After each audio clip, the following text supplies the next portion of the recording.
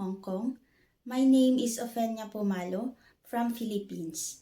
I'm 26 years old and I'm single.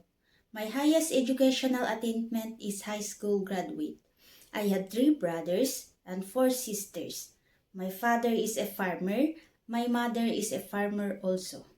I work here in the Philippines as a housemaid for 4 years. I serve 3 members such as 2 adults and 1 children, 5 years old boy. My main duties are taking care children, cleaning the house, ironing, washing the dishes, doing laundry, and cooking meals. To my future employer, please hire me as your helper. I'm honest, hardworking, trustworthy, and helpful person. I'm willing to learn and follow the instruction of my employer. I'm promised to finish my 2 years contract and as long as I need me.